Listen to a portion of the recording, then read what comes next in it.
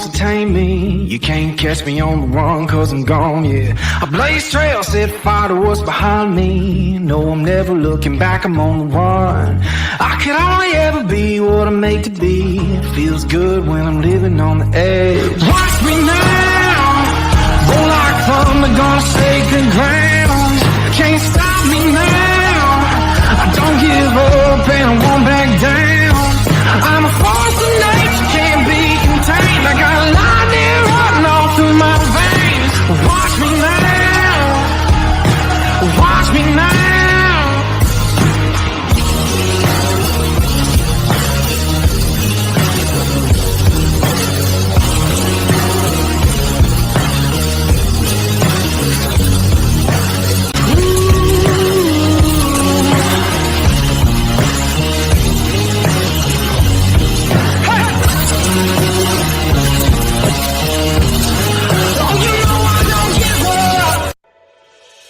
Hi, I'm Wyatt Milam. I'm from Canova, West Virginia. When I'm back home, you'll find me at my local Par-Mar store. We have that gold and blue pride at your local Par-Mar store. We are coming to your neighborhood soon. West Virginia, Kentucky, Ohio, Pennsylvania, and Maryland, we have you covered. Download the Par-Mar app and sign up for the Par-Mar rewards card. Food, gas, groceries, and more. We are gold and blue proud, and we are Par-Mar stores. If there's not a Par-Mar store near you now, there will be soon. Law offices of Mark Plants and Kevin Davis. First line of defense. Buzzballs, ready-to-drink cocktails. Number one single-serve premix brand in the U.S. Buzzballs, have a ball.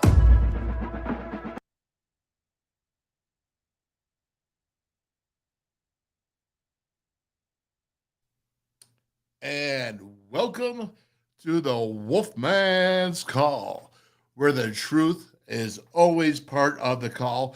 And I have a special guest today I think you're going to like, but welcome Mountaineer Nation. It is 6th of September. It's a wonderful, wonderful Wednesday. I have Steve Newberry. He's got a Mountaineer Hall of Fame, and he'll be coming on here in just a second. But I wanted to go ahead and say what's up, everybody, and let you know that tomorrow I want to give you a special shout out that we're going to have on Duquesne's color analyst guy for the radio. So he's going to come on. He's going to give a scouting report for us tomorrow, specifically for us. That's Tad Maury. And I'm looking forward to that. So that's going to be tomorrow, 4 o'clock. And Tony Altamore is going to be on as well. And we're going to be doing some cool things. But today we have Hall of Famer Steve Newberry. He's going to come on, Noobs. And then we're going to go ahead and we're going to break down some of that last half, second quarter to the last half of the film. But Kelly, what's going on? What's up, buddy? How are you? Good to see you already. And with that being said, let's go ahead and jump right into it because I know you want to hear from Mountaineer brothers. And that's what I love about this show because we go ahead and we just get to hear from so many Mountaineer brothers, so many opinions, maybe different opinions, maybe same opinions, but people that actually have done the game and have great knowledge. And so let's welcome him right now. So, hey, Steve Newberry, how are you, sir? Hey, Wolf, how you doing? I'm good. Thank you. Oh, that's excellent, Noobs. I'll tell you what, man, you graduated in 1983, spring of 84. Hall of Fame Bowl was your last bowl. That was, what was that, Kentucky? That was Kentucky. Right? Yeah, it was Kentucky. And then Ronnie, that was my brother Ronnie's junior year. I remember that. Big game for you. You're in the Hall of Fame. You played in the 82 game that beat Oklahoma. You know, you looked at this and, just Mountaineers come off Penn State game, looking for a shot, kind of a 1982 kind of game where you're looking to shock the world. And you didn't shock the world, but, there's some things that you could probably look at it and say, hey, we built good. I thought the moment wasn't too big for them. I thought they were prepared mentally. I think that Neil Brown had them ready to go to fight. I think you saw that. I thought you saw them giving great effort, not the best effort in knowledge and experience, but man, they were playing hard. And, for a team, I had to say kudos to the Mountaineers for that and say much love to you because you went out there and you played hard. And we all know what it's like to play at Happy Valley and how the difficulties and the challenges and being in the moment, especially with 107,000 people, national TV. I mean, it's all there, Noobs, and they it wasn't too big for them. No, I agree. I thought it was pretty good effort. I'm like you, Wolf. I was, my whole thing the whole week. I told people would ask me, said, "What do you think? What do you think about Saturday's game?" And I was going, 1982 Oklahoma, 1982 Oklahoma. Because nobody really gave us a chance Saturday, and I was just hoping that maybe we could. Really take advantage of some of their mistakes. Unfortunately, they didn't make that many. Penn State's a pretty good football team. Yeah, they were. I mean, I thought they were built to be what they were. Although I wonder if they are as good as they will be in the 5-6 games down the road. I think that they sure have a lot of talent, but they better play better against the run if they're going to want to go ahead and be in the college football playoffs. Would you agree? I agree. Well, I think you got to give our guys a little bit of credit there. The strength of our team I think is the offensive line. We've got some experienced players there, and we've got some good players, some veteran guys. And, then we got some backs, the McDonald kid, he just, every time I watch him, I think, how does he gain yards? He just keeps plugging forward, just gets hit and bounces off and just gains yards. And, I thought we ran the ball pretty effectively against them the first half. Yeah, I think we did as well. And they both ended up averaging, I believe, 146, not averaging, but gaining 146 yards each. But that was 40 yards now. Below their average from last year, Penn State. This is supposed to be a better offensive line. The problem is, I think they shut down their running game to some degree at times. But then they said, "Okay, Drew Alar, you're going to have to beat us," and he did. Yeah, he's good. He's pretty good. And what a way to break in your college career. I mean, he bigger than what I thought or at least he looked bigger, on television, and but he could move. He could move pretty well for a big guy. Yeah, that was what people were saying until later when I started talking to Tom Bradley and Jay Paterno, and they're saying, listen, he's not as bad running as people are claiming. Right. He just doesn't need to run as much because he's 6'5", he's 245. Right. You can see down the field. And he's pretty shifty in the pocket. If you notice there, he really used that pocket to maneuver, avoid the defenders, but keep his eyes downfield. Yeah, and to go along with that is, of course, what the secondary does and what defensive backs are taught to do is read the quarterback's eyes and break on long arm motion. And, his motion was pretty quick release, I thought. So, that makes it even a little bit more difficult for a defensive back to break on some of those throws. But, I thought he was pretty good.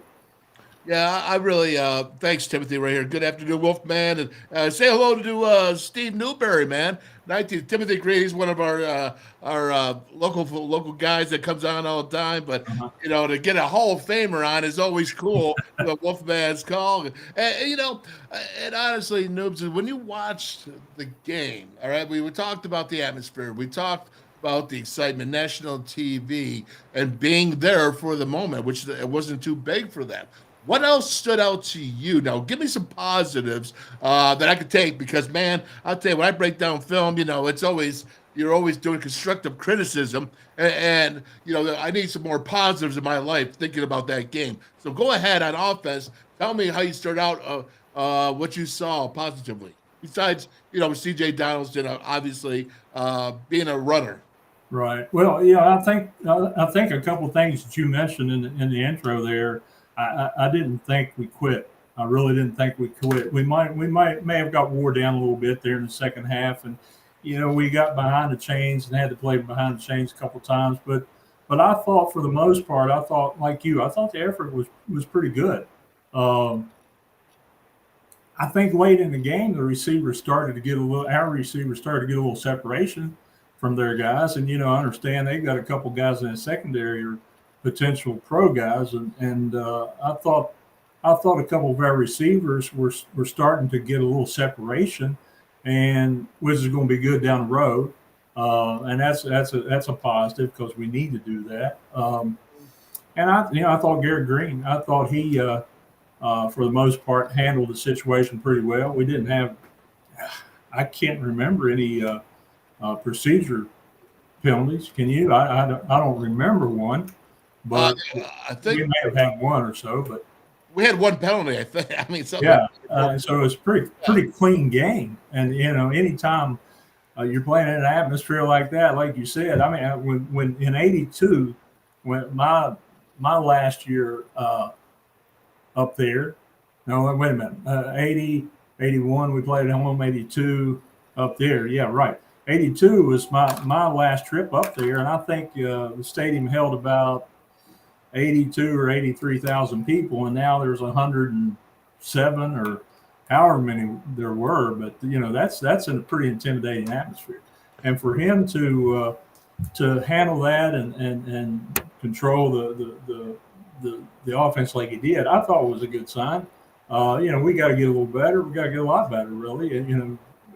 With the past game, I believe, but there's some potential. Yeah, that's for sure. Now you're a former safety, and when you look at that, and you see a quarterback that's scrambling, what would bother you about a scrambling running quarterback as safety? A guy that's got to cover deep sometimes, but also has to come up and play in the box. And you see that, because my whole point is this, is I really want to see him with his height issue at 5'11" at best. I want to see him roll out more. I want to see him moving. I want to see those legs that he's so good at with his legs. And I want to show this film. And when he rolls out and he's got an opportunity to look downfield, he can make some things happen. And right.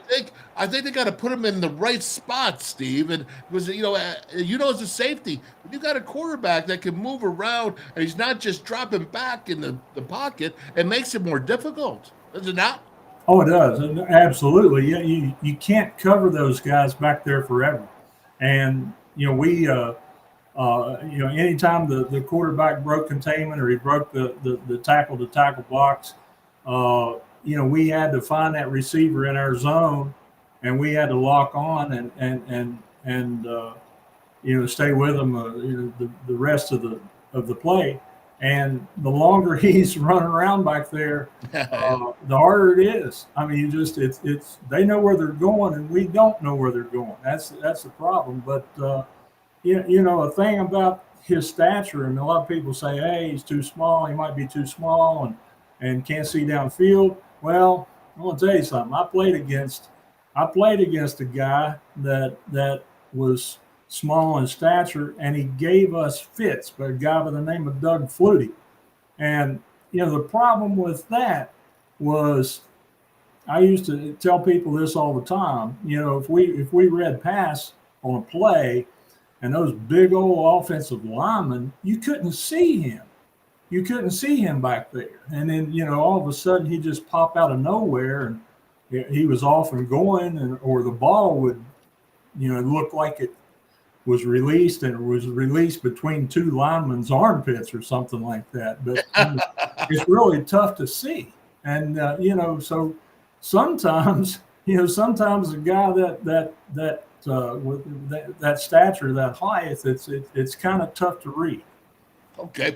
Let me ask you this, Steve. You think he's good enough to go ahead for West Virginia to have a winning season at quarterback? Do you think he's ready? He's there. Maybe some games that he needs to advance and get better a little bit, work on it. But is he there? Can he win 8 games with him at quarterback, the Big 12? I think so. It depends, of course, a lot on our offense. It's going to depend a lot on play calling. But like you said a minute ago. I think he's more beneficial to us when we can get into some type of offense where, it's a run pass option, and, he can use his legs as an asset. And if he can throw it adequately enough, he's going to give some people some problems.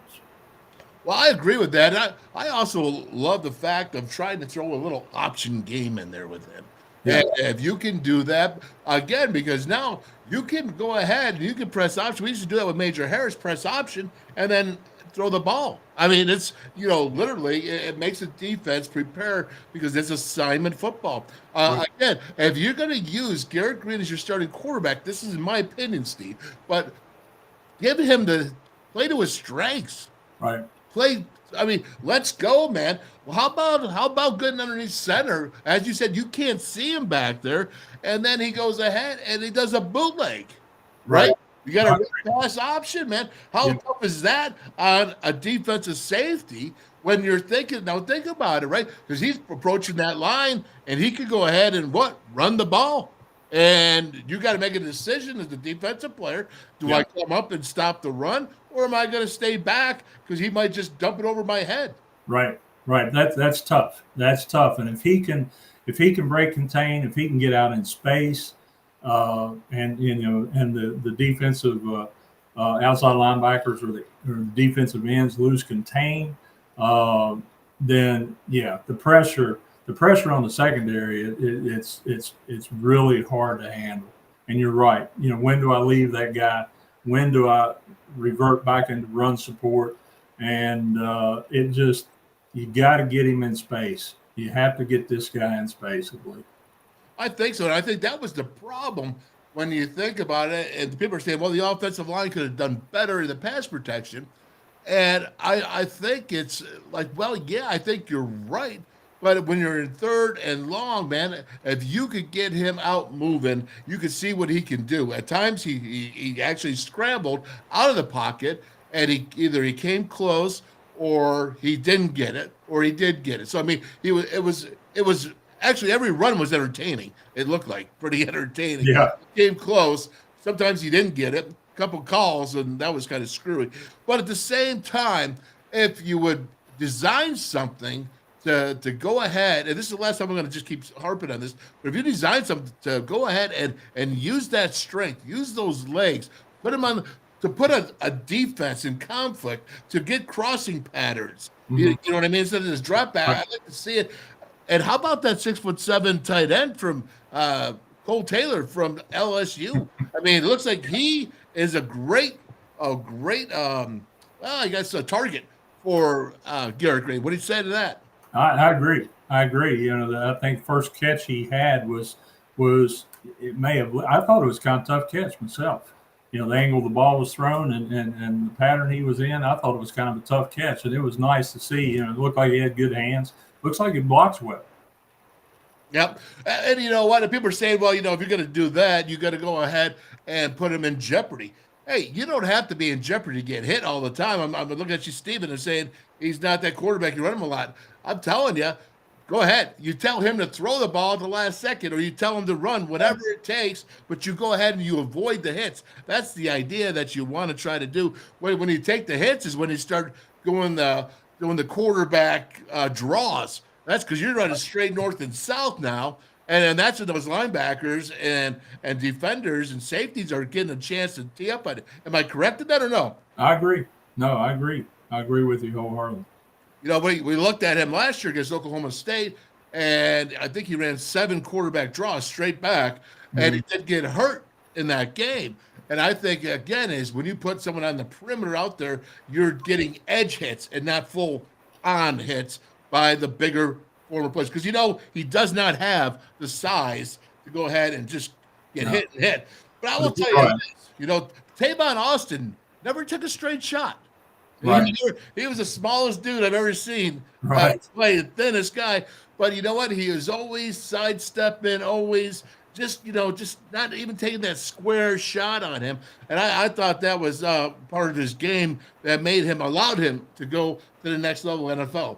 Okay, good enough. So we got that. We talked about that. Let me the last thing before we go to the defense. What did you see from the receivers? Devin Carter, had 6 receptions, 90 yards. You mentioned earlier he started to come on. What else would you like to see some of the other receivers and Ronnie Gallagher, the great freshman that's supposed to be great from Uniontown? Pennsylvania, but he's just a youngin. You know what that's like to put on them. But again, the receivers, what do they need to do to help Garrett Green out? Of course, anytime they can get a clean release off the line of scrimmage, it's going to help. It's going to give him a little bit better lane to throw, or any quarterback we have a little bit better lane to throw. I think that, and you're right. I think Carter, great size, good looking receiver. But we just need to get him involved more.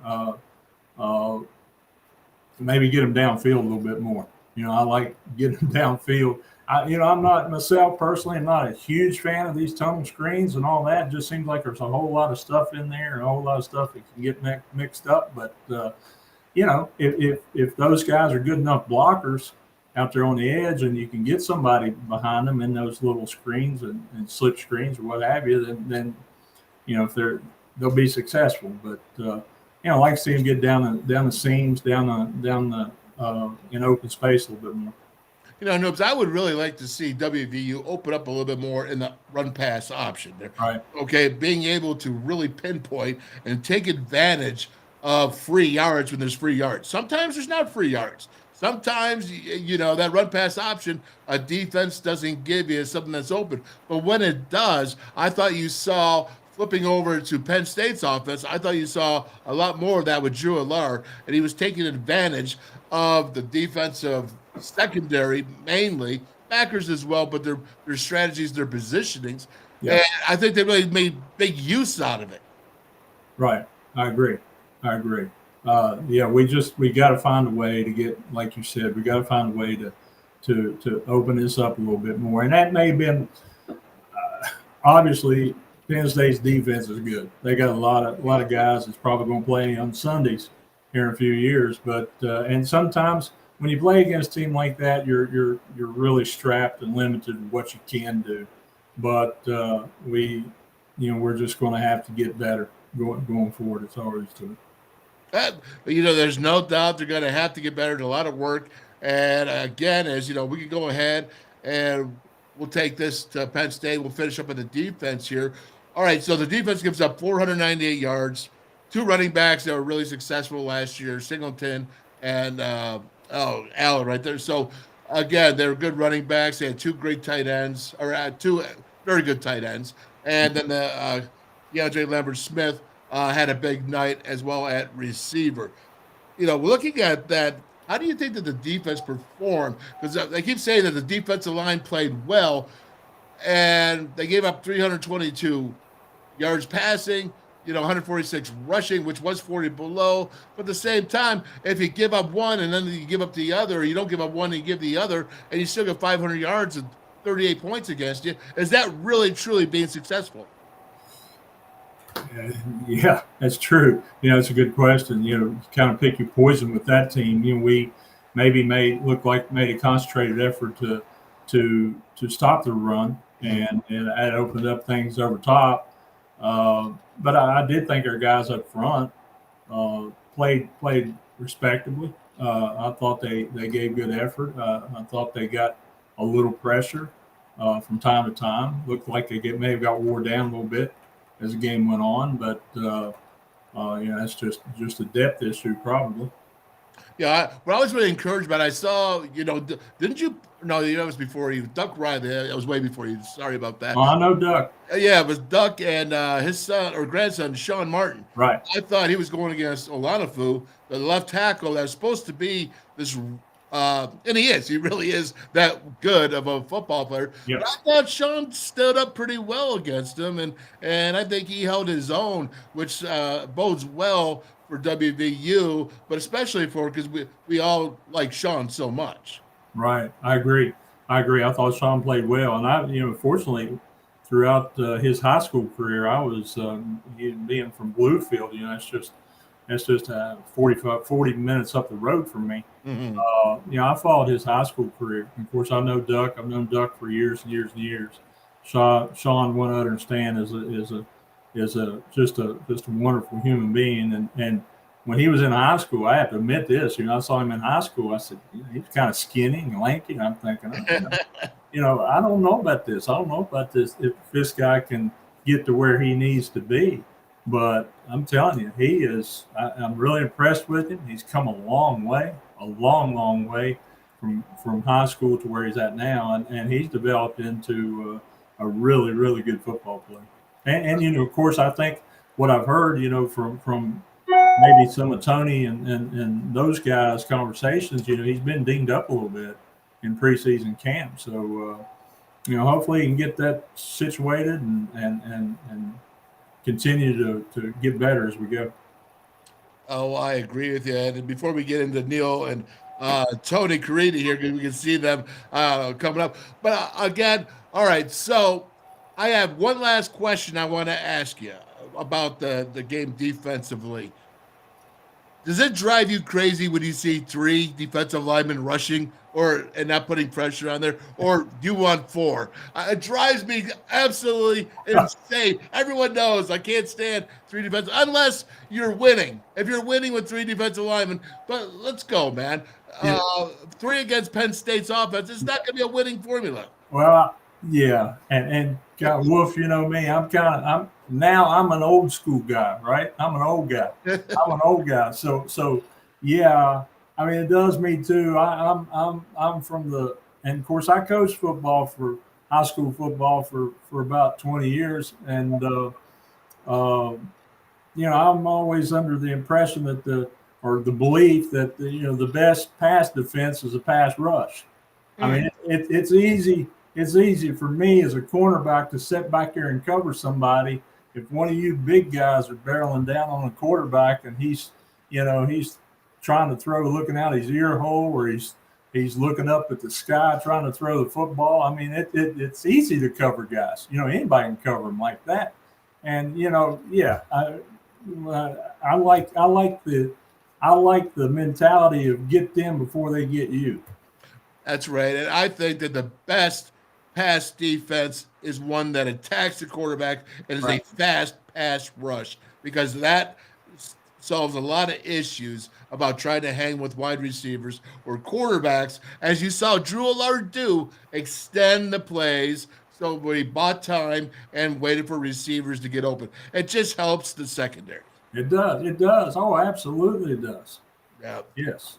So the more pressure we can get from different angles, I think it's going to help those guys back there. And I know some of them are new to the secondary and playing in that system, but there's a lot of them. What I understand is had quite a few snaps under the belt. So we need to give them all the help we can get. Well, I think the other thing too, Noobs, and again, I said last one, so I guess I told a fib there, but last one for sure. I want to see a little more being aggressive, challenging those receivers, not giving up so many yards right off the bat. I think it's RPO again. I think that hurts you, but I'd like to see them saying, "Hey, I'm going to challenge you because I believe in myself." And the coaches, let them play, let them play, and I think if you kind of don't do it, you kind of put, you tie an arm behind their back a little bit. You don't want to get beat for 6, but at the same time, you don't want to say, hey, go ahead. Right. It's easy. Go ahead and take that. I'll give you that, but you're not going to go ahead all the way. I don't think that works the whole game. Right. I agree. Not letting them off line of scrimmage and not giving them a free run and the ability, a little bit that extra second to get open. I mean, that's important. Oh, all right. Well, you know what? I expected those answers, so that's really good. But here, let's see how you're going to answer this, because now we're going to move up to the Dukes. That is this Saturday, and they're FCS. They just beat Edinburgh, the Fighting Scots. I don't care what you say about them. If they're Fighting Scots, they got to be a little bit of trouble here. But here's the first question with Tony to Neil. You are Neil Brown right now answering these questions after he answers them. Mountaineers, Neil Brown, as West Virginia gets ready to open up the home schedule. The first of 3 in a row here in Morgantown. You've got the Duquesne Dukes. The old adage says a team improves its most from its first to its second game. We always say that, but from a coach's perspective, how much improvement do you normally see from 1 to 2? Well, what you have is film, so I don't know if the improvement's because it's game 1 and game 2. It's just that you have film versus another opponent. So it exposes you for good or bad. And so I think we were proving that we were pretty good at certain spots that we could continue to grow and develop in. And then we showed some deficiencies. We've got to be better offensively in the pass game. Defensively, we've got to be better stopping the pass. And we were exposed for All right, so pretty much we just covered that, what you said. But number one, you were a coach for 20 years. Is the biggest improvement from week 1 to week 2? So, some people firmly believe that. A lot of it has to do with the opponents you're playing. Now, should we? I think there's a lot of truth to that. But as we mentioned before, we played a fairly clean game. So execution wise, there's not a great deal of improvement. We just physically we have to be better. Physically, we have to be more aggressive. We have to, figure out ways to run the ball better. We certainly have to figure out ways to defend better over top. But I can agree with that. I've heard that for years that your biggest jump is from game 1 to game 2. But of course, if you played Penn State again this week, we'd really know, right? So, but we would really know if we got better. But I think just the familiarity with the offense and things you're trying to do on defense, it should make it a little easier. And no doubt in my mind, I think we'll come out this week and take care of business. We should, but from a preparation standpoint, it's probably going to be a little bit better this week. All right. Well, they are the Fighting Dukes now. Here we go. Number 2. Fighting Dukes. Okay. in those terms. So we're looking forward to getting back home. It's the first of 3.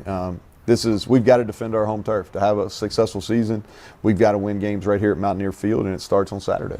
You did a Wow. Home field, defending home field turf, 3-game streak. This is it, right? Is it not, to set up the rest of the season? This is you gotta play well against Pitt. Oh shoot, this is a must win. And if we don't, the way I see it, if we don't come out this week and we don't play like our hair's on fire, and we don't make big plays, and we're just sluggish and lethargic and all that, then it's just going to make that Pitt game harder. There's no question. But on this, our players, our team, our fan base, we can't think about Pitt right now. We got to take care of Duquesne. We got to come out and play like we're capable of playing, and play like people expect us to, and finish them off early, and then next week we can worry about the team up the road. That's for sure. But I will say this, is that I want to see each and every player take it upon themselves, and I can't certainly watch that from my viewpoint, but take it upon themselves to improve their game. And if you could do that with 11 on defense, 11 on special teams, and 11 on offense, then you really are cooking with some good grease, and you know that you have a team that cares. Am I correct? Oh, you're absolutely correct. Well, you know what Coach Nealon always said, each and every day you get better or worse. You never stay the same. Yep. So, we got to go out every day and practice and get better. And if we're not getting better, then, we're cheating. We're cheating ourselves. We're cheating our teammates and everybody. So, I expect them to be better. I expect everybody to be a lot better this week. a lot. There you go. All right. Emotionally getting ready, your team to play in that Penn State game, and you handled that environment well with the noise, with the crowd. Obviously, that flips over here. They got up for that game. How do you make sure they're ready to go again? You only play 12, so you better. I find it ridiculous for football players not to be able to get up. I kind of understand it. Baseball, basketball, you play multiple games a week. You travel. Football, you play one a week. And you better be ready to go. And we've got enough competition on this football team. If a guy's not ready, we'll put the next guy. There's not a whole bunch of difference. Oh, he's saying is this, man. Hey, we got competition now on the team, so if you're not ready to go, if you don't get up for the Duquesne Dukes, right? I mean, you got to go ahead and he's going to pull you right out. I mean, what do you say to that? I agree. I mean, I used to hear people when especially in high school, I used to hear people say, you're coming out on the field or when I was coaching, they'd say, "Hey, coach, you got them up? Do you have them up?" Hey, if they can't get excited to play the game, there's not a great deal that we can do as coaches. My golly, I mean, they got a great opportunity to. God gave them a lot of talent to use physically and mentally, and if you can't get excited about playing a game of football, then Jiminy criminy, there's not a whole lot a coach can do. So yeah, they're going to be they need to be excited, but I think we'll see guys flying around. We'll see a lot of people making plays, and every year, when I was a freshman, I was fighting like crazy to play, to get on the field, and that feeling never left me until the day I walked out of that program to the last game I played. So you can't get complacent. If you're an upperclassman and you started for a year or two, there's always somebody there. You have to realize that, and you have to use that as motivation to get better and to prepare. No doubt about it. No. Press conference on Monday. A couple of guys that you want to get more snaps. Who do you want to see on the field in this set?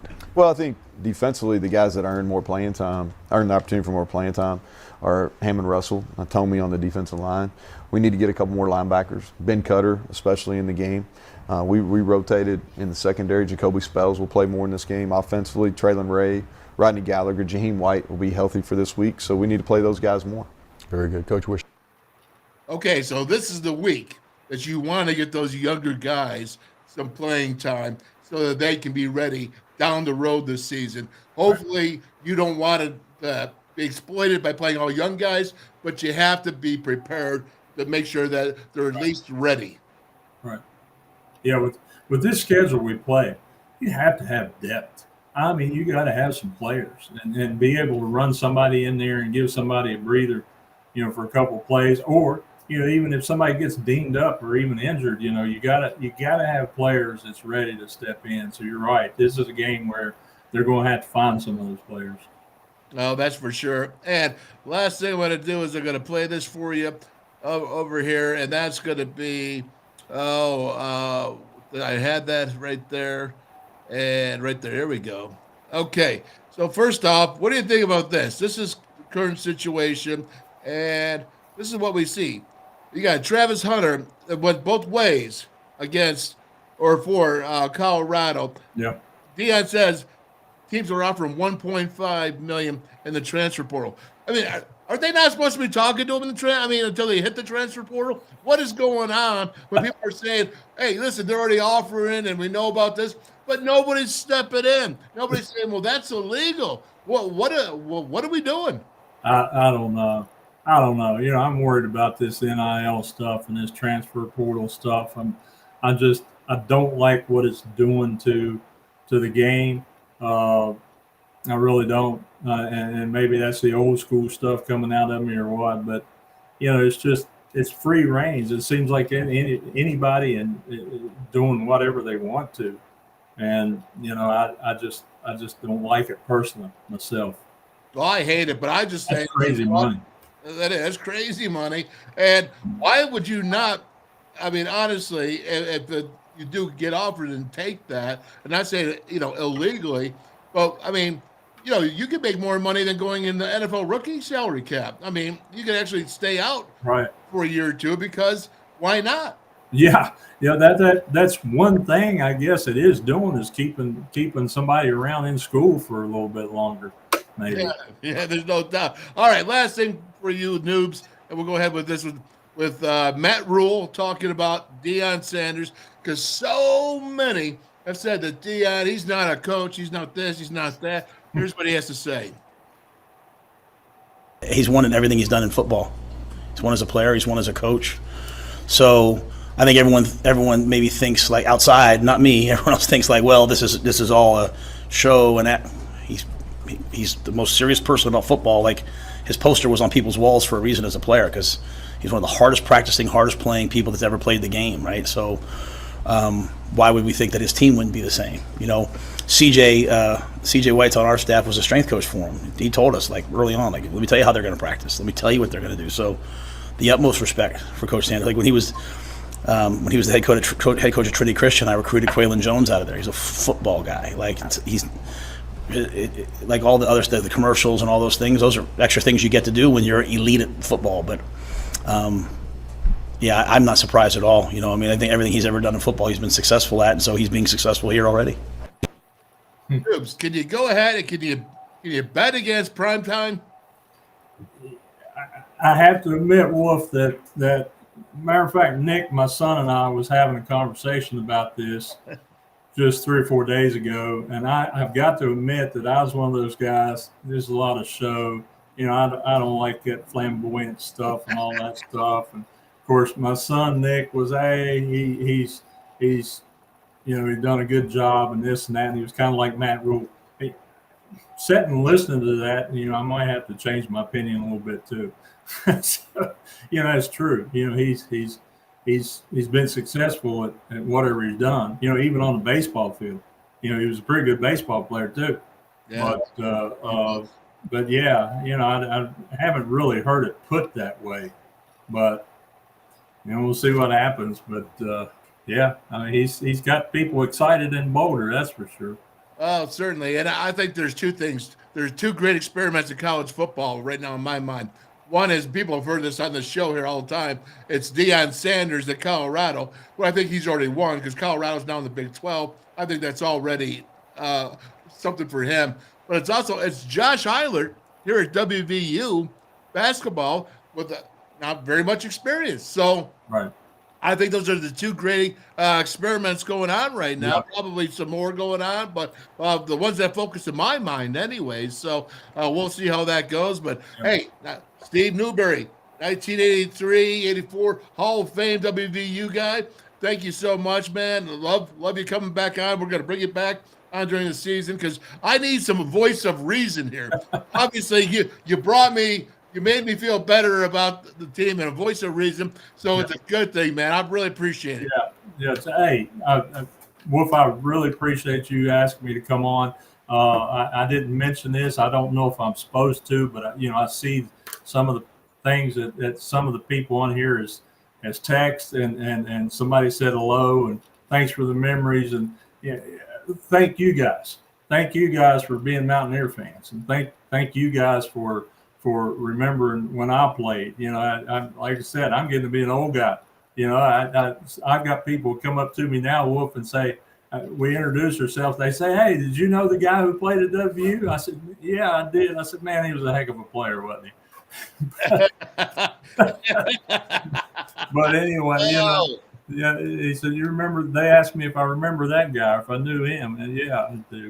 But thanks to everybody on here that remembers those days. And I appreciate the comments. I really do.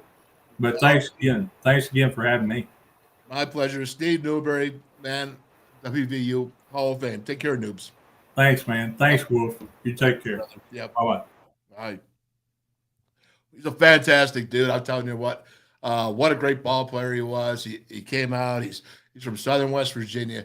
He is all West Virginia, man. He's like I said, that's why I put that Deion thing on there. I knew. I didn't know, but I wonder what the things he was going to think about that. And I know he's not for the flash in the pan stuff, but I do think that Deion is also changing a few minds as well. And it's tough to go ahead and bet against him. Let's say, hey, Mike Rounds, you're saying that wasn't that a bootleg on he scored the touchdown run on? No, that was a read zone. That was the quarterback taking it, watching the defensive end crash down. Garrett Green came around, pretty much walked it. I mean, it was all there, but that's the quarterback read zone. That was not a bootleg. That's what you're talking about. Stephen Keel, I think he addressed this. He said, you say that Garrett Green, he's not that quarterback, and you run him a lot. Your second string quarterback, be ready because he'll be taking a lot of hits. Yeah, you could be right. I mean, you could be right, but I do think is that you have to use. That's why you have a dual threat quarterback. So again, if you're not going to use his legs or get him hit, what's he doing when he's got 7 draws that are going north and south up there? What are you doing when you sit there and he's running out of the pocket after 2 seconds in every time? Every time. I mean, we're going to show film right here, and I'm going to show you exactly. So I'm trying to save him.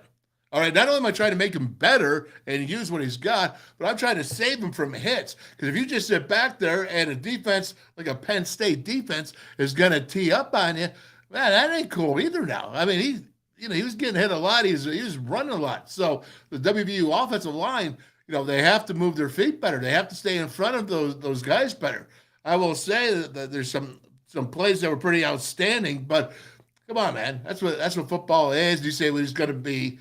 I mean, again, it's a Tim Tebow, that's the thing, but he's not a sticker with that. I understand that. But you got a running quarterback. He's going to use his legs, so he's going to get hit. How many times did he get hit Saturday in the game without going ahead and putting him out the side of the pocket? How many times did he get whacked? I can tell you, I'll tell you, I think probably about, 15, 20. I mean, he got whacked anyway, so why not go ahead and try to pinpoint it where he could have a dual threat of either pass run or run the pass. Okay, that way you can stop from maybe not getting hit so much, and you can attack the perimeter. Use the entire field. Use the option, right? We know what a simple option play does. You don't have to take a hit as a quarterback. You pitch that ball, man, before you get hit. I mean, that's the whole idea. Or you take it up.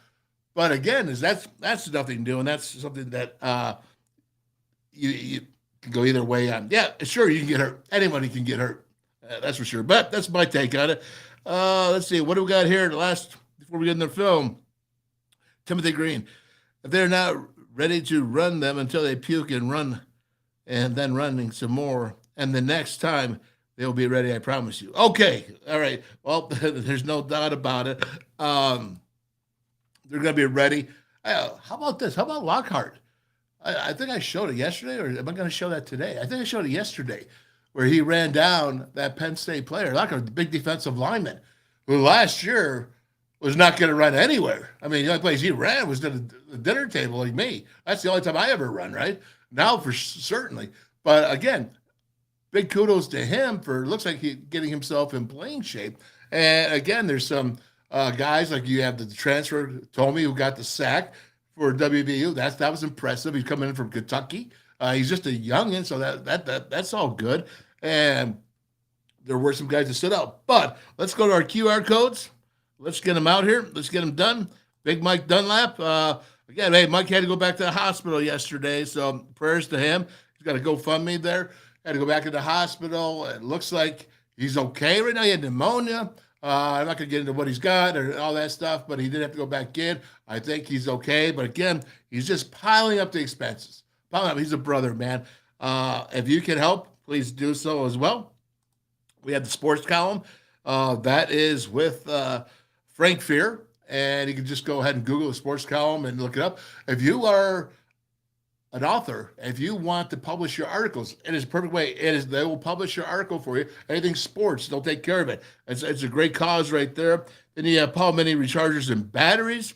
And we show it. If you want to save dollars, go green. Never buy AA batteries again. They work amazing. The power went out in the studio here. The power went out twice.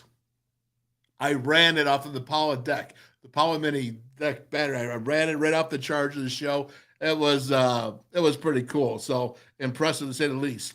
Artisan Grange Company, switch to the hemp dip, man. Do it the AGC way. No nicotine, no tobacco. You can go to Parmar stores, or you can go to wolfmandip.com. Regardless, get rid of the nicotine, get rid of the tobacco. It's a lot better than all that crap. All that crap is not good for you. We all know that. So go ahead. AGC, Artisan Grange Company. And then Johnny Cantwell right there, right? West Virginia United. United Purpose, West Virginia we stand. I do have a cough drop in, so picked up some type of cold. So if you notice that, I apologize, but we're just gonna keep plowing through, baby, plowing through. All right, so West Virginia United. There you go, Johnny. And with that being said, let's go ahead and pull up this WVU Penn State film, and we'll just go ahead and we'll just talk about it. Now, I'm going to go and I'm going to try to be real positive today, but I got to point out the facts, man. I got to point out the facts, and I'm not going to not point out the facts. It will be the truth. And the truth is, there are things that they could have done better in the game. And let's see here. All right, so let's go ahead and get this up. There we go. Now, this is the 4th down and 5. All right, I'm going to show you the offense first and then the defense. And then we'll hopefully pack it up because we got to get ready for Duquesne tomorrow with Duquesne's color analyst there, Tad Murray. He's going to come in and he's going to give us a whole scouting report about Duquesne. And then don't forget on Friday, I'll have my game breakdown for you. There'll be some film.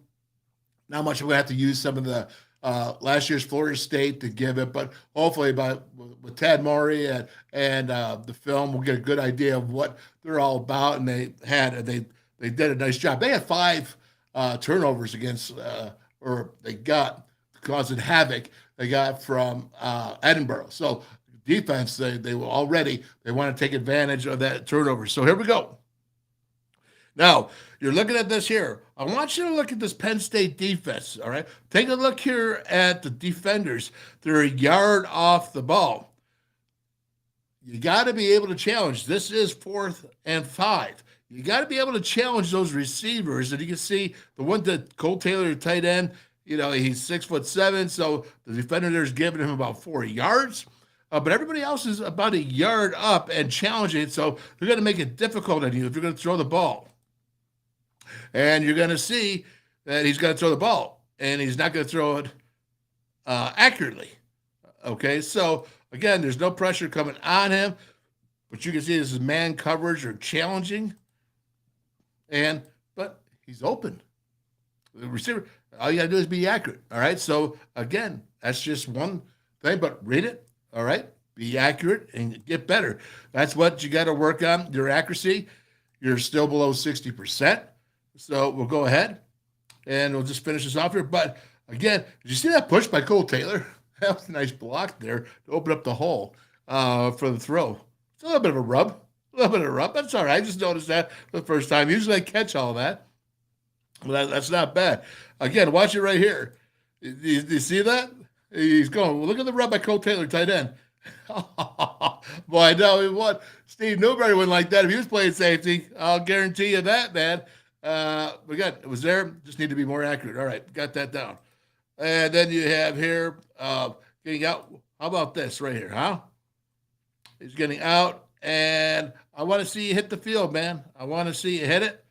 Coming out, the pressure. It's 1-2.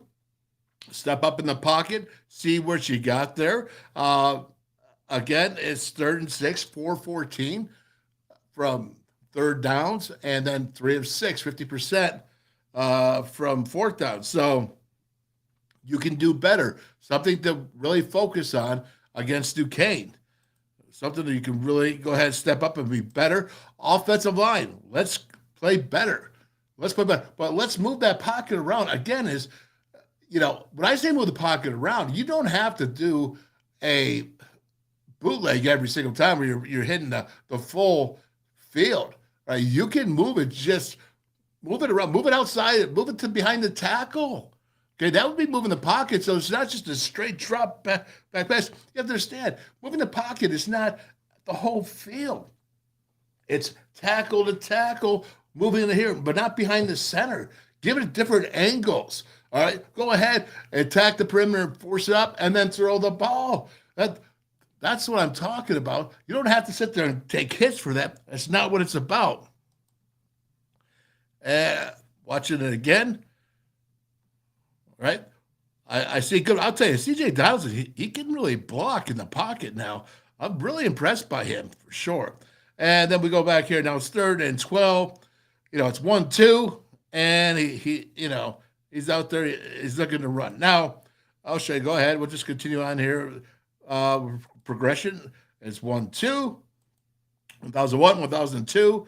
There's actually you could go ahead and find this guy downfield. If you look, I don't see him looking. I think it's 1001, 1002, and he's ready to run. I don't know if that's the pressure of the offensive line because they were putting pressure on him all night. But again, you can't read progression if they're ready to run at 1001, 1002. You can't do it. It's not physically possible. And your receivers can't get 12 yards downfield in 2 seconds. They can be close, 2.5, but it's almost impossible. So again, as you're taking this, take a look, and what do you see?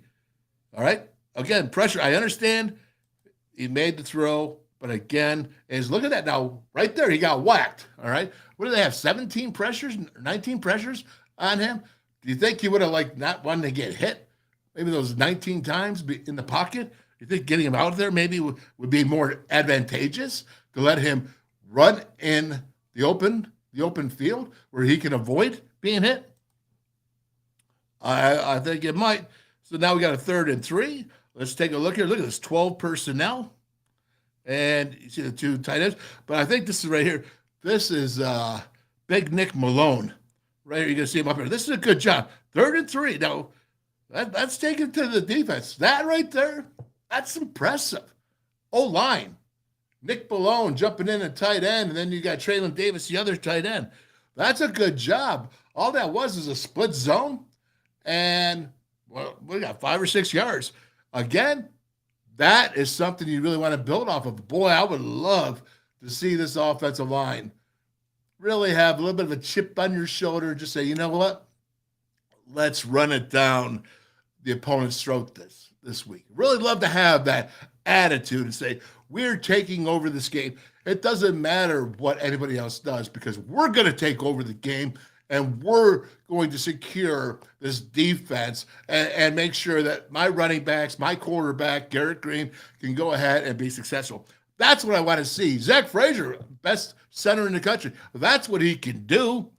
You got Wyatt Milam, who I know just came back from a sprained ankle after the first series.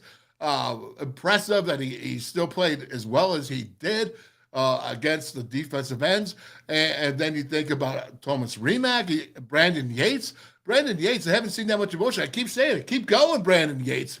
Keep going, because I've always thought you had opportunity in you if I saw some more emotion. So, again, totally digging it. And Doug Nestor, Big Doug, he's a steady rock right there at right tackle. Again, so once again, it's 3rd and 3. They know you got to run it, I think, here, and that's what they do. And even C.J. Dawson's like, hey, Traylon, get out of the way, man. Get out of the way there. Not bad. Okay, here's Nick Malone in the tight end spot. I spelled that wrong. Sorry, Nick. All right, but again, watch him come off. He was on that for that first touchdown. Yeah, there you go. All right, that clears the hole, man. That's a good Penn State defense, right? Now, what I'm talking about, man, is what I'm talking about right here. All right, right there. Oh, look at that. He gets out. Now, that's the drop back, but when you see a 6'7" tight end crossing over and he gets out away from the pocket, he can see like that. He can see. And just like Noobs said, like, sometimes you see him, sometimes you don't. So use that for your advantage, right? When he's out there and doing a handoff, doing some play action. If you're back there's a safety. And if you can take advantage of those viewpoints, what you got to take advantage of every single time. I said it last week. Make those first down calls special. Keep them thinking. Don't let them always assume what you're going to do with the run or the pass. And I think if you can go ahead and do that, you'll stay out of those 3rd and longs, those 4th and longs, or their 4th and mediums, wherever it is, because you want to be 4th and 3rd and short. So first down is crucial, especially in these big games. And again, if you can go ahead and keep that defense guessing, then you're already halfway there, because they're not going to sit there and just know exactly what you're doing when you drop back 19 times and you had those pressures, okay? That they knew it was. Not once did I feel like we hit the perimeter. Not once. I saw Drew Allard, who's 6'5", 245. They ran him on the perimeter. All right? I did not see that from here. So I want to see that more, possibly. I think it would help Garrett Green tremendously. Again, I say, what am I talking about? He can see it. when he gets moving and he gets the throw there, he's accurate. I like it. I like this. This is something that they can be better at. 2nd and 3. Again, why is that keeping them on clue now? Because 2nd and 3, so that means a first down, they got 7 yards. First down. So that must have been really effective when they got 7 yards. And now the defense is like, whoa, 2nd and 3, what do we do? Not so sure. Not so sure. Not teeing off on them, right? Not 3rd and obvious throwing down. So again, you have to think about that as you're breaking this down. Good job, Garrett Green. This is not what I'm talking about right here. This is 1001, 1002. There's no need for him to be out running outside the pocket. All right, well, this is what I'm not talking about. All right? Now, you can say, hey, you know what? He made this or he didn't make it, whatever, but it was close to it.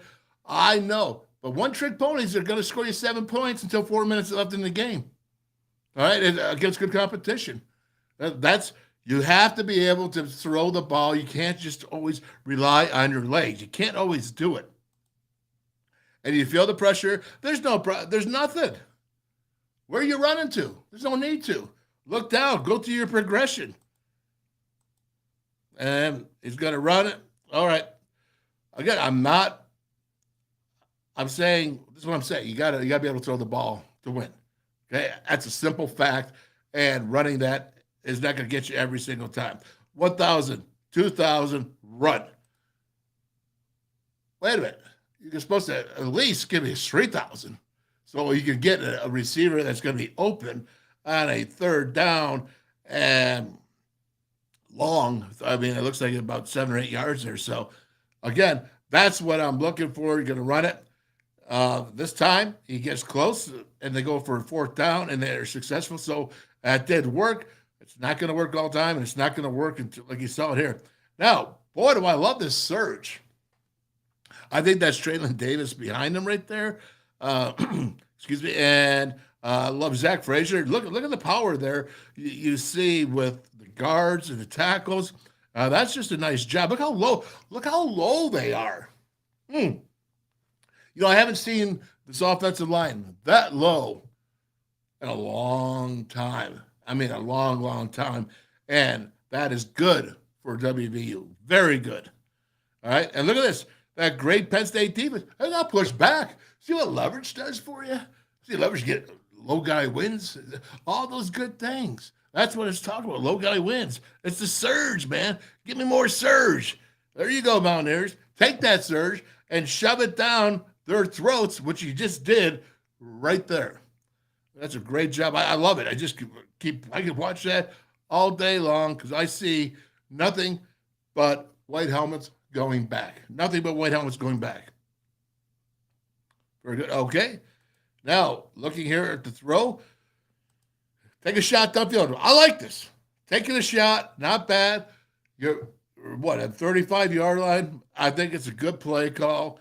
It was single coverage. I know the safety's coming over for help, but single coverage, better throw and a better catch made would be good. But I like it.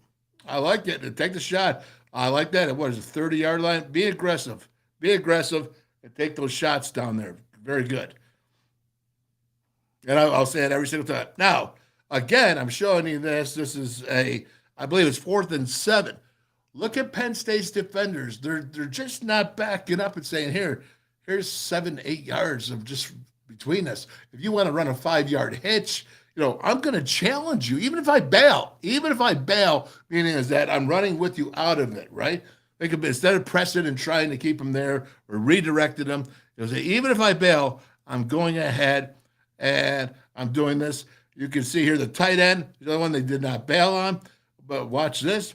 It's 4th and 7, and he throws it and not accurate. But again, I like a defense that's going to at least challenge you and not give you free yards. RPO run pass option, all that right there. I mean, I would like to see Cole Taylor getting a shot there at 6'7". All right, that's not bad. What about here? How many guys do they bring? They're bringing 1, 2, 3. They're bringing 5. They're rushing 5, and they're going man free is what they're doing. So you can see everybody else is tied up in man. You have the safety is free. Man free right here is 4th and 7. And need a better throw. Need a better throw. And better recognition. But again, let's see what he does this week. I think that if he sees this, he's going to learn. And this is a good decision, right? There's a good. Now, you can see him. It's 3rd and 5. He wants to throw the swing, but he also sees that defender. I think he sees that defender coming from Penn State. So what does he do? He pulls it down. This is good. Go ahead. 3rd and 5. That's manageable to run. 3rd and 15 is not so manageable, right? I mean, I hope I'm being clear here, like truthful, right? All right, so there you go. He's running. Good job. And what he's going to do here in a little bit, he's going to go ahead and he's going to do what I said I wanted him to do more of, and that's keep his eyes downfield while he's actually running. All right, so here you go. He drops back. Again, the same play. But again, that's just a good decision. And he's got legs. He's got legs, man, that can make it work. He is talented. And I think that's cool. I like how they're going pistol with the running back behind him. I like that formation. I think that's good with the coaches to do that. And again, he's getting good yardage there. Good play against Penn State. Good play. All right. Bad play against Penn State. 4th and 2, you bring in Nico. I'm not going to even go over.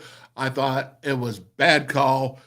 All right, I'll chalk it up. I was probably a lot madder at the time that it actually happened. But 4th and 2, this is critical down. This is, this is 4th quarter, man. This is 10 minutes left in there, and you're actually inside, right? The 50-yard. I mean, you're inside the 50, and 4th and 2. You've been running the ball. You've been smashing it. 2 yards. Okay. There you go. Not a good call. I don't think you can sit there and argue that. It's not a good call. You've been going. You're talking about how good your offensive line's been doing all night, and then you don't trust them to do that. All right. Take that. Forget that. Even if you say he was open or whatever, could have that kid didn't even play. All right. Again here, this is a nice play. I like this play right here. This is nice. Again, I'm showing you the good, man. Oh, look. See what he did? He left the pocket. He stepped up. He's running. That's what we're talking about now. You don't always have to run the ball. You can make and bait that defense to come up thinking you're going to run it. And then what? Keeping your eyes downfield. Yep, there you go. That's what I'm talking about. Like to see more of that. I think that's pretty cool. And I think you can 3rd and 3. You just extended the play, and now you got a 1st down, and you get it inside Penn State's 50. That's valuable. That's very valuable. And again, that's very effective. You hold it. Oh, look at 2. He's coming right up, and that's why he's open. Carter. That's good. All right, we'll keep moving on here. We have it's 1st and 10. Time's winding down. It's 31-7. I like this now. This is first read, but I still like this because I see he's seeing it. He's seeing it develop right here. He's seeing the hole where it's coming, and this is a nice shot. Nice throw. We talk about intermediate throws, right? We want more of this. Yes. And when he fires it, watch him fire it, and he steps up, and he delivers, and he's got good technique. There we go. 1001, 1002, 1003. Look at that, 1003, right? And the pocket's not so close to him, so yeah, that helps too, right? But again, he's there 3, 1001, 1002. And right now, you got to go 1003. Minimal right there. And he gets downfield. It's excellent. Love that play. Want more of it. Want more. There you go. 3rd and 5 now. 3rd and 5. What do we got? 5 minutes left. 31-7 the 4th quarter, right? He comes out. He's trying to get around. All right. Now he's starting to hook up. What does he do? He steps out. Nice job. He gets outside the pocket, but he didn't rush it. He waited, and then he went outside the pocket, and he made the play and extended it. All right, so again, I'm going to give it credit. Watch this Penn State defense. They're not just going ahead and giving it all these freebies, but a good move, good. That's a nice job. I really like it. So that's strong. That's strong. You need more of that in the game. More of that in the game. And again, are we still there? Might have hit this one too many times. I get fired up when I see good stuff. I get fired up. There we go. Keep moving. Not sure that's been a long. All right. But again, look at see that how he avoids it. It comes out. Nice job. That's what I like. I like being able to see, being able to throw. Okay, let's go ahead and let's move into the defense.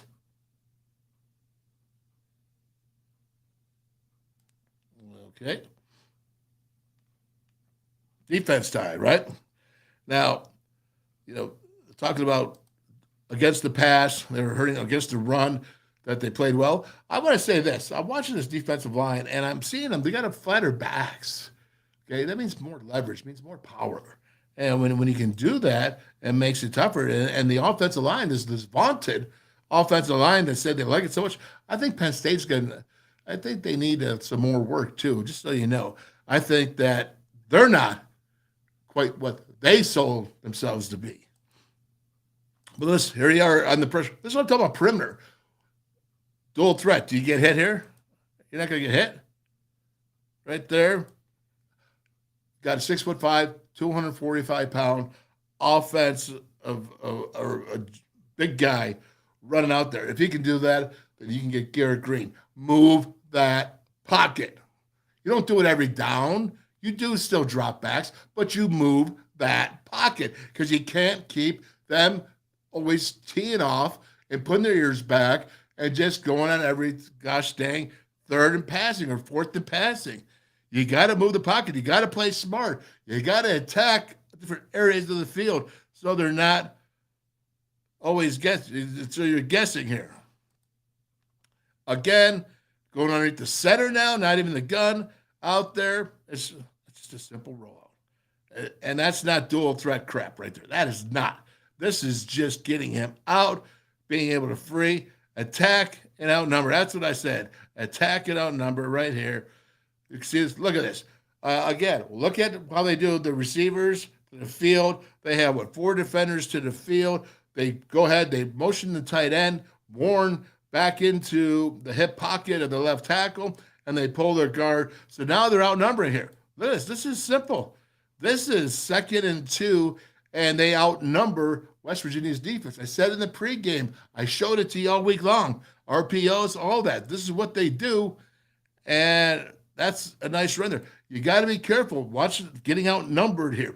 You have, 1, 2, 3, 4, 5, 6 in the box, and they have right here, 7 right there in the box. So you're outnumbered once again. And now they're going to bring that left guard and that backside tight end, H-back, whatever you want to call it, and they do a really nice job of blocking. If you watch this, you see they're picking up. That's nice. That's real nice. All right. Now, Lee Koba coming here, the 4-man rush. Now, watch this. Now, when I say Lee Koba's a dude, he's a dude. I don't like a 3-man rush unless you're beating, I guess, Oklahoma State last year. West Virginia's defensive line with Dante in there, they were beating the 5-man line with the 3-man rush, all right? Some of it. So I have to admit that. I tell the truth. Always tell the truth. Watch Lee Koba. Oh, my gosh. All right, that's an incomplete pass right here. Watch him come in, right guard. I don't know if he gets his foot caught. I don't think so. I think that's just I'm going to throw you down. Excuse me. And I think this is something really good. Lee Koba, really impressive. I like this dude, man. Look at that, just coming in, just giving the forearm to him. Get out of my way, Jack. I don't care who you're with, Penn State. Get out of the way. Good job, Lee Koba. Missed the field goal because of that. That was 3rd and long, red zone. They missed the field goal. That's a huge play. Right here, you see Singleton here getting to the outside. Now, I don't know about this tackle. Apparently, it was, you can't get your finger in the ear hole. I had Hawkeye with me who was watching the game. He's an official. He said he called it. He saw it, so I guess that's a good call. But watching this here, I don't like the different levels that WVU looked like they were on right there. I like playing with a defense that's kind of on the same level. But look at the different levels right here. You can see this here, and it is a bit of a delay, but I think you're giving up. When you penetrate like that on the outside and your defensive interior is not pushing, that's your two different levels. And you're not covering your gaps. And it makes it difficult. I think they can do better at that area. And then, the game's at 14-7, but I think that's just a little bit of bad timing, a little bit of bad press, but he does get his finger in the hole. And, well, nothing else I can really say about that. Okay, 1st and 10, you're seeing trips here to the field. You're seeing a receiver there to the boundary. Oh, it's a screen. Yep, it's a screen, and you can see it's pretty good. I like the screen. I like the center screen. And, you saw Noobs, you said, talk about the screens, that they can work. And not that he's a huge fan of it, but he said that they can work. So, again, that's not bad right there. But if you watch it, nice. Look at the offensive lineman downfield, making holes, blocking receivers, blocking. That's not a bad job there by them. I like that play. That's why I wanted to show that. All it is just their whole. Now, take a look at this right here. All right. This is what I wanted to say is I think is not bad. Malachi Ruffin right here. Okay, he's only 4 yards off now. All right, he's not bad. He doesn't react back. He doesn't break well on the receiver's break. But I will say is that I like the fact that he was not given 8 yards defensively. He was not, but I think he needs to do a better job of breaking when the receiver breaks. But I wanted to point out that was look at it. It's only 4 yards right there, and that's not bad coverage in my opinion. The rushing 4 coming out there, the circle pops up, something wacky there happened. All right, now look at this though. Look at you're inside the red zone. You're inside the red zone. And you're giving, I'd say 10 yards. Do you see that up here? 10 yards, right? Right up there, 10 yards. And you're giving 10 yards down here, to be quite honest with you, right? But this is to field. This is a quick throw here into the boundary. This is a quick throw. This is a 5-yard hitch. It's first, or third down here. Okay, I'm sorry, third, and it's 10. But again, why are you giving right here to the first down? Watch this. Right there. I don't like it. I don't like what that is. And I think that you're giving too much yardage. I think you could stop right here, RPO, 5-yard hitch, and he would never get it. You can at least get the field goal here, right? Well, look what this pressure does. You see this here? Okay, this right here, this is what makes this defense good. Okay, the secondary good. It's when you put pressure on the quarterback. That's what I was trying to show right here, is that you go ahead and you put this pressure on the quarterback, and the secondary is going to look a lot better. So, again, that's what I was, excuse me, I had the wrong play in mind. But, again, field goal, it's missed. Oh, look at that. It's still 14-7 going into the half, right? Yeah, not bad. Now, look here. So, you got 3rd and 3. And remember I showed you yesterday, right here, this trio, this bunch here into the boundary? Okay, but now look how they defended. Remember how they defended yesterday? They were 10 and 12 yards deep. But here on this, I mean, this is all one night, obviously. But what I showed you yesterday, you can see that they're playing up tight. Why not playing that? Because, again, he doesn't go there. Why? Because they're playing it tight before they went there and got a first down. So, again, you can see the defense here making an adjustment, getting in there tight. You had 2 tight ends over there. But now he's going to go and throw to Keandre Lambert right there, right? And he drops it. But good play. It's 3rd and 3. Now it's going to be 4th and 3. But again, they defended it the right way. And that's what made it harder. So when you defend something the right way, obviously it makes it better. It makes it better. Voila, right? I mean, That's good stuff right there, right? You have it. And again, they were setting up for the screen, but they defended it the right way, and they didn't go for it. They went for the man on, which was tight. You saw Aubrey Burks. He was tight. He was making it difficult. He had to reroute. DeAndre Lambert Smith, the receiver, he had to reroute, and it made for a tough throw. That's what I'm talking about right there. Yeah, look at this distance right here. All right? It's right now, it's 2nd and 7.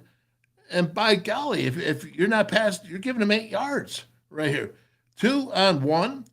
And this is simple. One takes deep, the other just does an out. I mean, that's just like taking, a sucker from a kid. Sucker from a kid. All right? Well, circles got away from me today, that's for sure, by editing. Must be this cold I'm having here. Again, that's just too easy. Challenge more. Get one guy up. Try to reroute a little bit. You can't have 2 receivers on one and getting a free release. That's what I'm trying to say. Again, here, let's get the tackle. You missed the tackle. These are good backs. I understand the good backs. Lee Cope 13 tackles. I just want to say is I respect him, man. I think he plays hard. I think he's a really good leader for this defense. I really do. I think he's what you're looking for in a defender, middle linebacker. Now, I don't like this hole here. You see outside contain, and if Hershey McLaurin's coming down here he's the force. All right, well, you got to do better, and you got to do better angling there. But that was really one of the poorest tackles I've seen. Whereas, they talked Dante Wright, Jordan Leslie, they talked about being better tacklers. I think they were better. I think they changed and they improved. I don't know if they've arrived yet. I'm not going to say that. But I do think that they improved from last year, that they are better tacklers. And you can see here, Russian, again, look at the soft coverage. Why give them this? It's 2nd and 8. It's right here. Look at this. You have one defender out there with 2 receivers. All right. And you're going to push. And it's just a simple, it's easy pickings, man. You can do a hitch on that anytime. Again, it's just to me, that's what I would do. I would go ahead and I would push the one defender down the field with longer and then do the short. That's exactly what they did 3 plays ago. It's easy pickings. Easy pickings. All right. You know what? I think I've given enough. I think I've shown enough about what they got to improve upon. Let's go ahead and take a look here. See what everybody's got to say.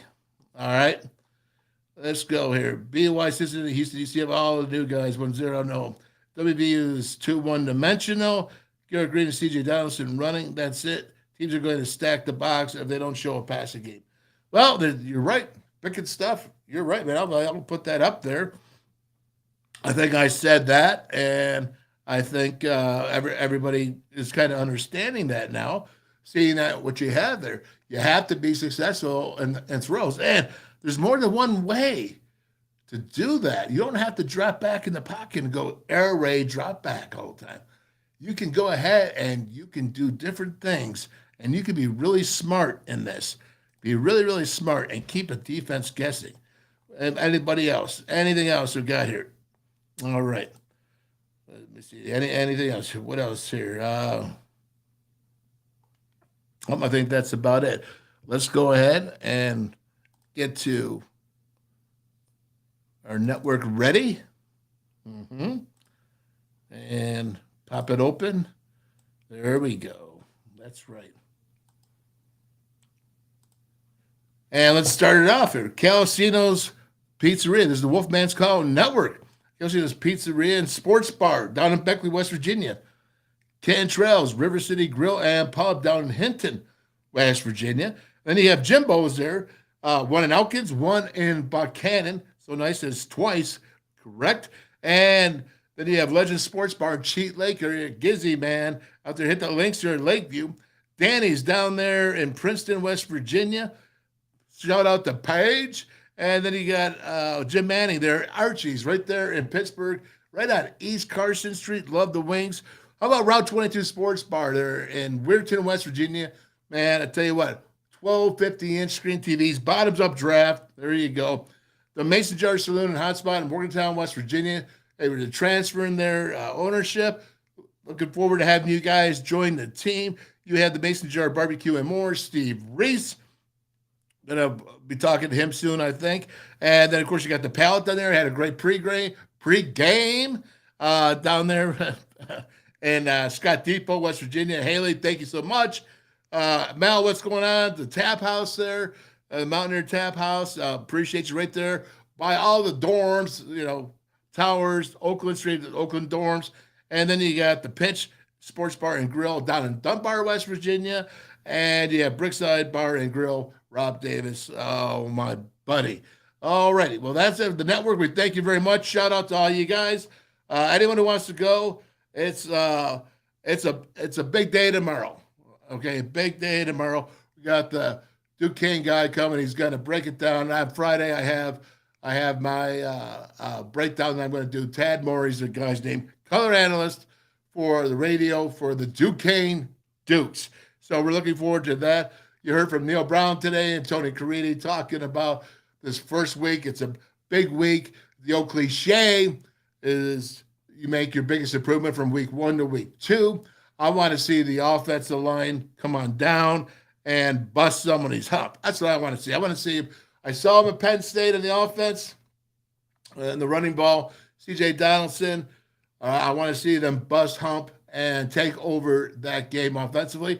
How about this defensive line? Since everybody is saying, they think that you've improved so much, how about you go ahead and take over that Duquesne offensive line and shut them down? That would be cool. I'd like to see you do that. Take that attitude, man. Go ahead. Feel free to do so. Help your secondary out.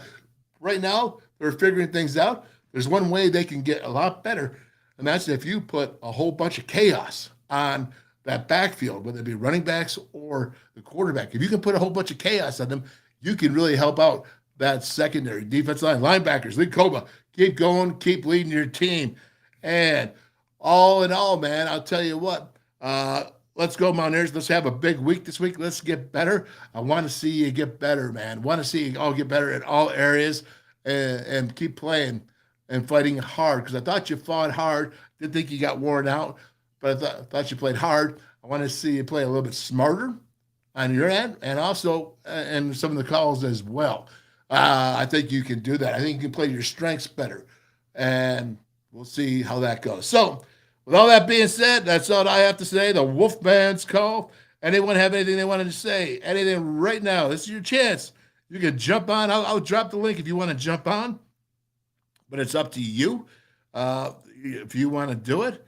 If not, I'm going to go ahead and shut this bear down because I got this cold, man. It's kicking my can, but I'm here for you, and I'll stay here for you. I mean, I'll go ahead. I'll drop the link.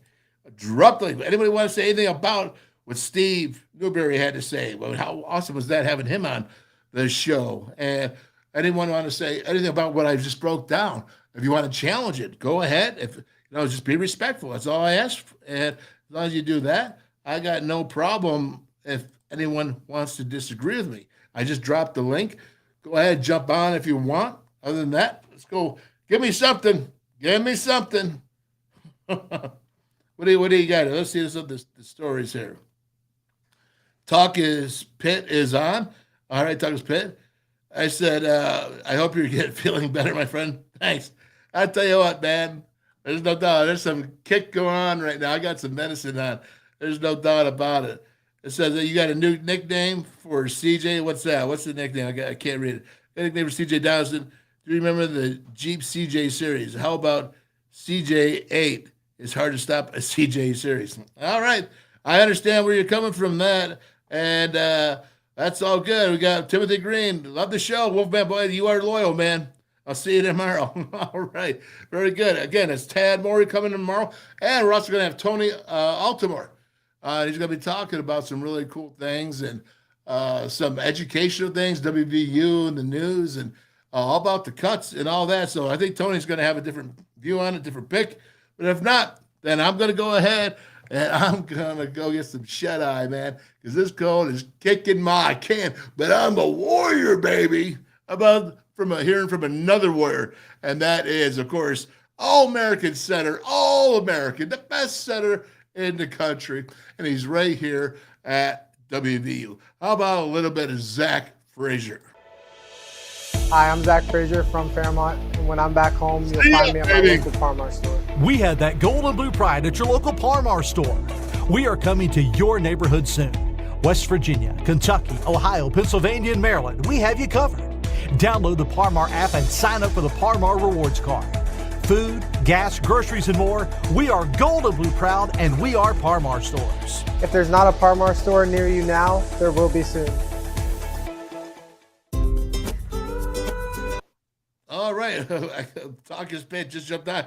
Dude, I was just about to get off, man. What are you doing? What's going on? What are you doing? Oh, how you doing? I'm doing all right, man. I was just about ready to call it a day. What you got going on? Oh, I'm just I'm at work right now, getting ready for because I work at Mario's over here in the Oakland section of the city of Pittsburgh, a Pit Panther themed bar. Thank you, Jesus. And just enjoying my slow day. Tried to get on earlier, but my internet was acting funny. All right. Well, you do want to get on because you want to hear about how the Mountaineers are going to take down the Fighting Dukes and then continue on to defeat the Pit Panthers. I do agree that you will beat the crap out of the Duquesne Dukes, and if you don't, I will laugh. However, Duke ain't Pittsburgh, and Pittsburgh ain't Duke either. And the one thing that I watched you say is, you would like to see West Virginia improve in a lot of areas, but can you fairly judge improvement going from playing a Power 5 team to an FCS team? Can you judge it? Yeah, you can. There are certain things that you can do because you're supposed to take care of the ball. You're supposed to do with being on defense, not giving up these yards, going mental mistake free, penalty free, continue. You can actually improve, but you better than not give them any life, and you better make sure that you put your foot on the gas pedal, put your foot on their throat, however you want to call it, and make sure by halftime they're not thinking about any type of comeback, they just want to get their payday and get out of there and head back to the Berg, right? I mean, that's what you want to do. Can you improve? Yeah, you can improve. Yeah. You can improve individually. Okay, you can improve your technique. You can improve what you do together as a unit. And you can, and so you can start being more cohesive together, offensively, defensively, special teams. So absolutely, you can. You can show up maybe as much against the Penn State or Power 5. That's going to be tougher to tell for sure. But I will say this: I think Duquesne's got a tougher bite in them than they put down in Florida State last year.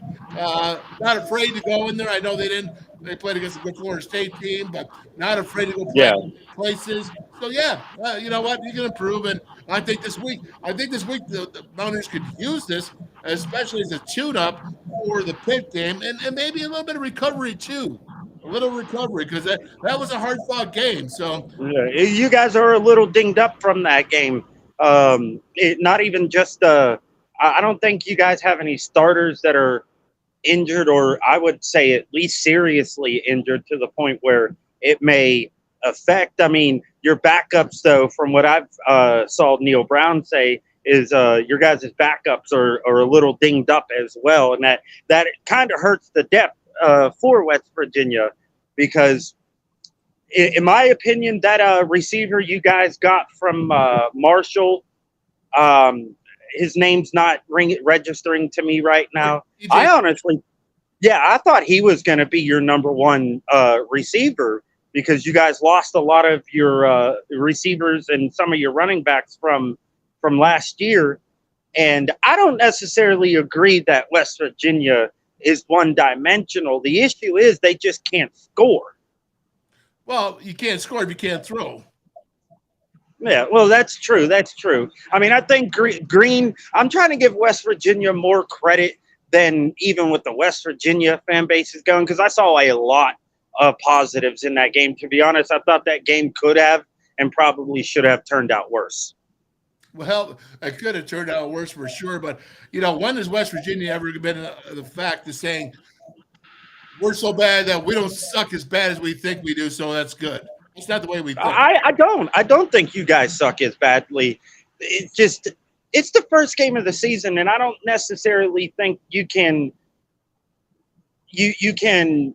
base that off of how your whole entire season's going to go. I mean, because you guys could turn around against Duquesne, shut them out, come to Pittsburgh, beat Pitt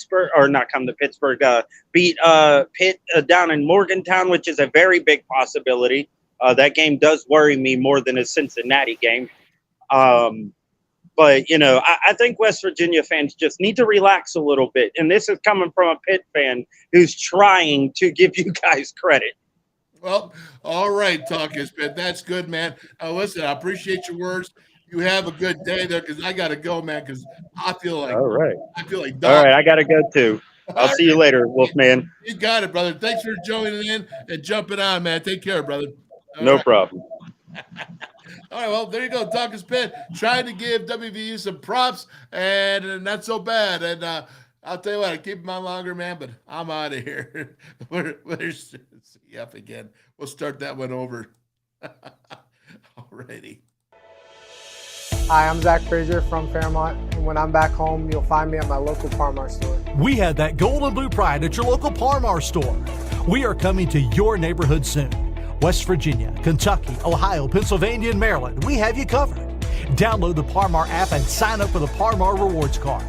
Food, gas, groceries, and more, we are gold and blue proud, and we are Parmar stores. If there's not a Parmar store near you now, there will be soon.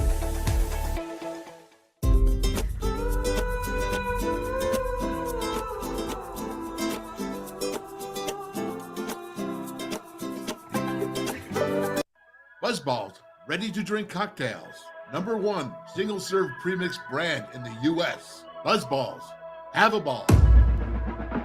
Stationers, #1 office supplier in West Virginia. Always in stock.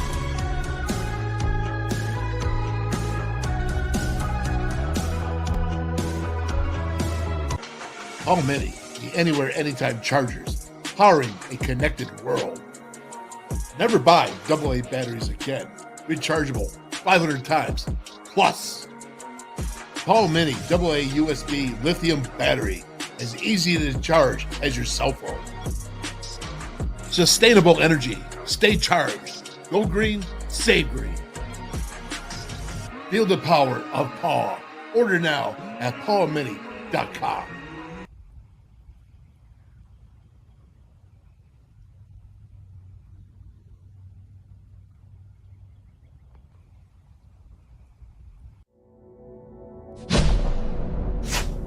West Virginia United.